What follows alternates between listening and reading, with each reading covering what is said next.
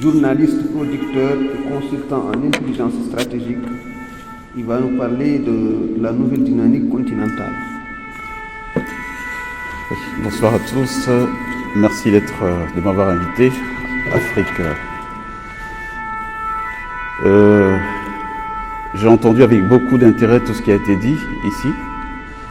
Et le principe que je m'applique face à toute situation en général, c'est de toujours interroger le passé pour comprendre le présent et envisager l'avenir. On parle aujourd'hui de cette dynamique continentale que pourrait susciter la création d'un État comme celui de l'AES. J'ai envie de répondre tout de suite oui, et puis de développer par la suite. Pourquoi oui? Parce que nous sommes face à un remake de l'histoire, en réalité. Il me souvient qu'il y a eu cet empire, en fait, ces États regroupés, Sénégal, Mali et Haute-Volta à l'époque, donc au Burkina Faso actuel, au sorti de l'indépendance, sous la houlette des gens comme Mamadou Dia, Modibo Keïta. Et ça dénotait déjà de quelque chose à l'époque, cette réalité qui veut que, en mutualisant, on peut aller plus vite, parce qu'on mutualise les ressources, on mutualise les infrastructures, et bien qu'à l'époque, cette fédération n'ait pas prospéré longuement, parce qu'elle a été abattue en plein vol par des intérêts géopolitiques qui étaient divergents, force est de remarquer que plus de 50 ans plus tard, à peu près, nous revenons vers un schéma similaire, cette fois sous la férule du Mali, du Niger et du Burkina Faso. Je voudrais d'abord, pour ceux qui aiment les chiffres, et encore plus leur dynamique, leur symbolique, souligner que l'AES, c'est 3 pays qui se sont détachés de la CEDEAO, donc des 15 pays de la CEDEAO, qui est un bloc de 5 millions de kilomètres carrés. Ces 3 pays, à eux seuls, font 2,5 millions de kilomètres carrés. Donc 3 pays, 70 millions d'habitants, 2,5 millions de kilomètres carrés, sur un ensemble de 5 millions à peu près, pour 210 millions de population. Alors, pourquoi j'évoque ces chiffres?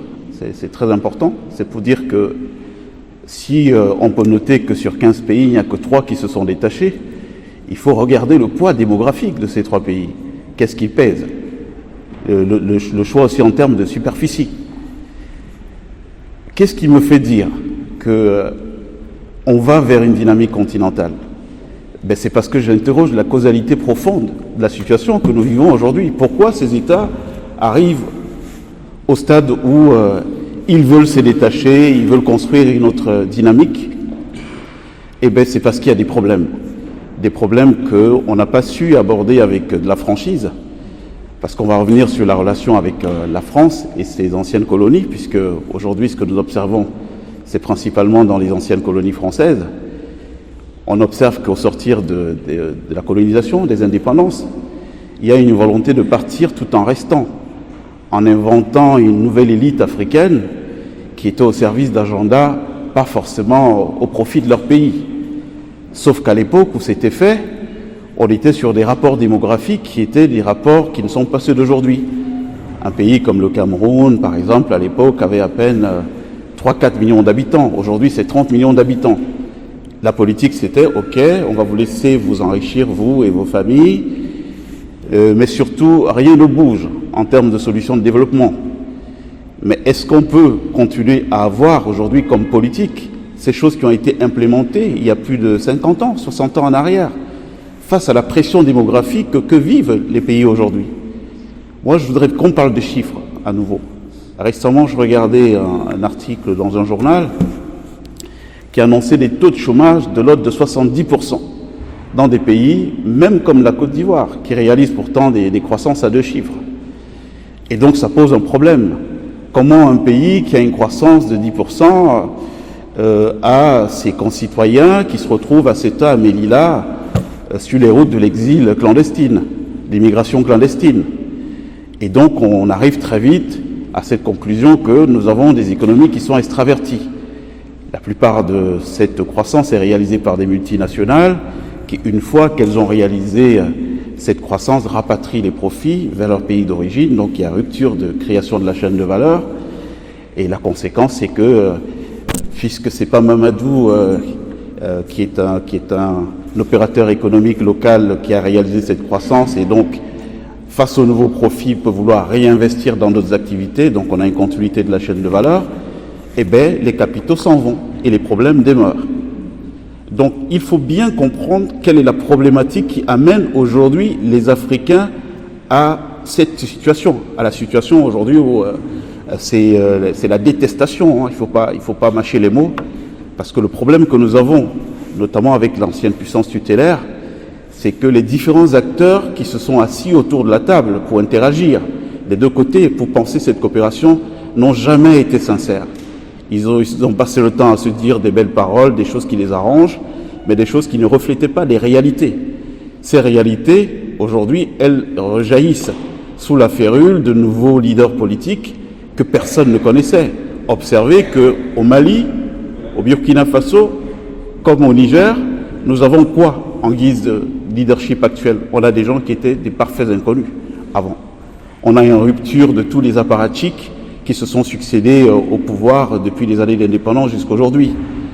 Quand on pousse même le bouchon un peu plus loin, dans une démocratie comme le Sénégal, on vient de voir élus à la tête du Sénégal des gens qui sortent des schémas classiques, habituels.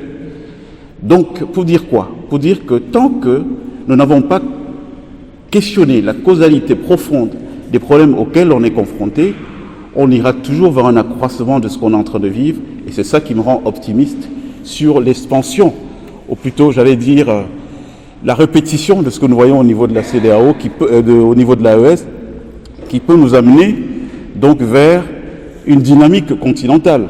De toutes les façons, ça n'a jamais fait illusion. On a toujours su que du jour au lendemain, on n'aura pas un État fédéral qui va se construire avec les 54 pays africains.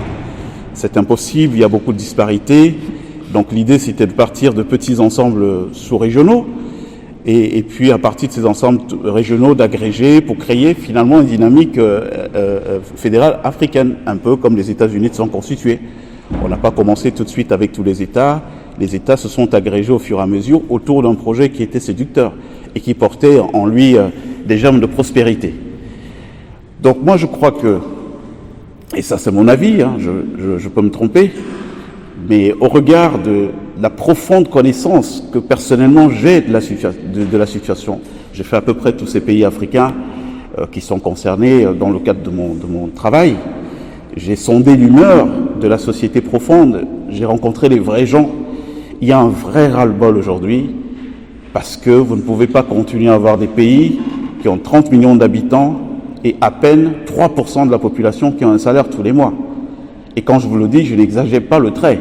Auprès d'un pays comme le Cameroun, vous avez 754 000 salariés du privé, 324 000 avec l'armée du public. Sur une population de 30 millions d'habitants, ça fait à peine 1 million de personnes qui ont un salaire tous les mois. Ça veut dire que pour que les 30 millions vivent, il faudrait que chacun de ces 1 million s'occupe de 30 personnes. C'est juste pas tenable. Donc aujourd'hui, on est face à une situation économique qui apporte le rejet qu'on peut voir de tous les équilibres qui ont été installés auparavant. Et le problème de ces équilibres, c'est qu'ils ne se sont pas réinventés. On a une élite, c'est Bourdieu qui parlait de la reproduction sociale, et j'aime bien parler de Bourdieu devant un anthropologue, sociologue, c'est Bourdieu qui en parlait, pour dire que même ceux qui sont ici au niveau hexagonal, au niveau de l'Europe, appelés à repenser ces nouvelles politiques, ne se sont pas mis à jour parce qu'ils ne se sont pas reproduits. C'est les fils d'eux qui ont entendu papa faire de la politique d'une certaine manière et qui viennent reproduire des schémas qui sont, à mon sens, complètement frappés d'obsolescence aujourd'hui.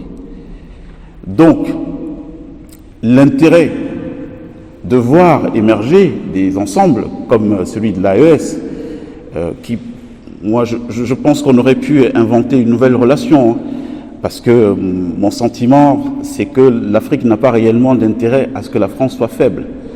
Vous savez, une grosse partie de la sécurité sociale de cette Afrique a été sous-traitée à ces diasporas, qui vivent dans ces pays.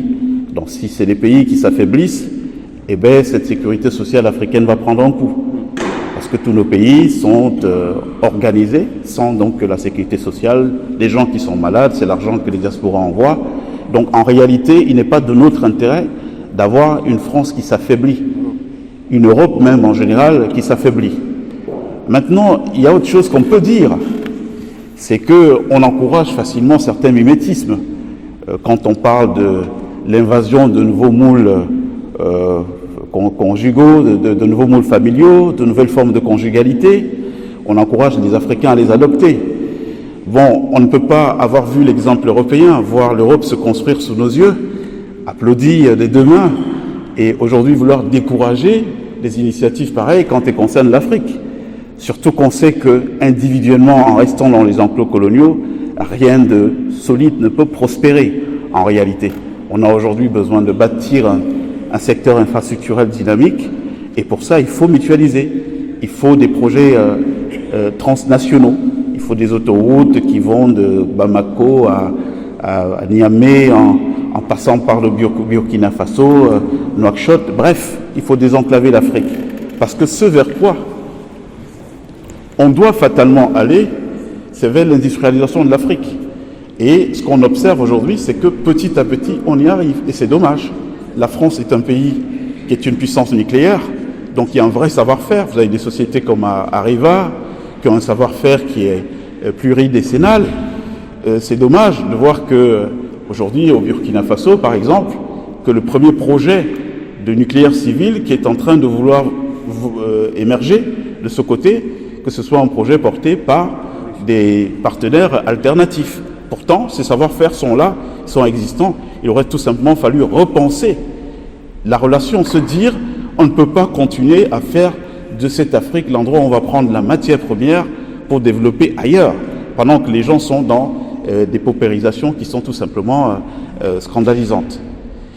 Donc, la dynamique continentale qui peut être impulsée à partir de l'exemple de l'AES, moi je la vois très fortement. Et ne perdez pas de vue qu'aujourd'hui, on est dans les luttes actuelles, il y a le facteur cognitif qu'il ne faut pas sous-estimer. La guerre, elle est d'abord cognitive. C'est le maniement des symboles. Les gens, ils voient ce qui se passe, ils s'informent, ils regardent les réseaux sociaux, et à travers les réseaux sociaux, ils voient des initiatives qu'ils ont envie de reproduire. Donc si on a une AES qui réussit, une alliance des États du Sahel qui réussit, eh bien ne soyez pas étonnés de voir que même par simple mimétisme, on voit germer dans d'autres zones de l'Afrique, c'est des regroupements d'ensembles sous-régionaux qui vont aboutir à quoi? Qui vont aboutir à la dynamique continentale, donc à l'État fédéral africain. Donc en clair, pour me résumer, est-ce qu'on peut aller avec ce qui se passe avec l'AES vers une dynamique continentale? Je dirais oui. Et pourquoi? Eh bien parce qu'il y a des problèmes qui n'ont pas été réglés et qu'il faut peut-être solutionner. Parce qu'à mon avis, il n'est pas trop tard. Il y a des choses qu'il faut continuer. Moi qui vous parle, j'ai une famille à la fois africaine et française. Donc mon projet de vie, et ce n'est pas en termes de legs patrimonial de laisser à ma famille française une France faible. Mais il faut avoir des interlocuteurs qui veulent entendre un nouveau discours qui émerge. À force de se braquer, à force d'ostraciser ceux qui ont une vision un tout petit peu différente des choses, pour mettre autour de la table ceux qui tiennent le discours convenu, et ben on arrive à ces replis qui sont dommageables pour tout le monde, pour la France comme pour l'Afrique. Et je pense que c'est dommage parce qu'on va vers quelque chose qui va être de l'ordre du drame. Parce que vous ne vous rendez peut-être pas compte, mais il y a de vraies pertes de marché pour les pays européens aujourd'hui en Afrique. Pourquoi? Parce qu'on a fait croire pendant de nombreuses années aux gens qu'on ne peut pas faire telle chose. Moi, je suis allé au Congo-Brazzaville, je me retrouve à Maluku, dans le Mayom, pardon, et on me dit, cette route, pendant des années, pendant 40 ans, cette route, il fallait faire 3 jours pour relier Pointe-Noire à Dolisie. Et pourquoi? Eh bien parce que le partenaire principal colonisateur a fait croire qu'il n'y avait pas possibilité de faire une route il n'y avait pas possibilité de faire une route sur cette falaise-là, et les Chinois viennent 40 ans plus tard, leur disent, mais non, on peut le faire, hein. D'ailleurs, vous n'avez aucun argent à sortir, nous allons juste prendre tout ce qu'on va trouver comme ressources naturelles dans le pourtour, à 100 mètres de la route, et puis, et ils ont sorti la route. On est passé de 3 jours à 2 heures de route qui relie le principal poumon agricole du Congo, donc d'Olizy, au port de Pointe-Noire. C'est pour vous dire que, en l'absence, tant qu'on continuera à penser, à rester dans cette géopolitique qui a été pensée aux sorties des indépendances, qui a fait de l'Afrique l'endroit où on va chercher de la matière première pour développer ailleurs pendant que les gens souffrent de l'autre côté, eh bien, on va fatalement vers la dynamique continentale, hein, qui verra l'essor d'un État fédéral africain. Voilà, je vous remercie beaucoup.